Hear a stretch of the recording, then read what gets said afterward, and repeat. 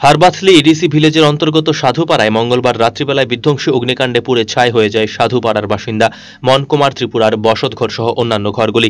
হতদরিদ্র মনকুমার ত্রিপুরা এক মেয়ে ও এক ছেলে সহ মোট 4 জনের মাথা গোজার শেষ সম্বলটুকু চলে যাওয়ায় তাদের খোলা আকাশের নিচে রাত্রি যাপন করতে হচ্ছে।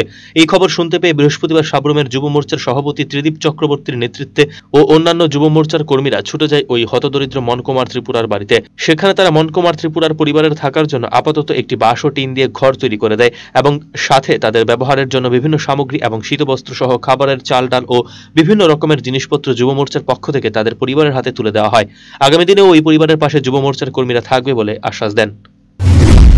আমরা ভারতীয় জনতা পার্টির সাব্রুম মন্ডল কমিটির পক্ষ থেকে এবং যুব মোর্চা, এসটি মোর্চা সহ সমস্ত রকমের মোর্চার পক্ষ থেকে আমরা এই এলাকায় 16 নম্বর বুথে মনকুমার ত্রিপুরার বাড়িতে যে বিধ্বস্ত অগ্নিকাণ্ডের ঘটনা তাকে পুনঃস্থাপন করার জন্য এবং সার্বিকভাবে কাপড় চোপড় এবং অন্যান্য সামগ্রী দিয়ে সহযোগিতা করি এবং আজকে একটা ছোট ঘর করে আপাতত যাতে এই এলাকায় সে আগের মতন করে বাঁচতে শুরু করে তার জন্য আমরা আজকে এই উদ্যোগ নিয়েছি।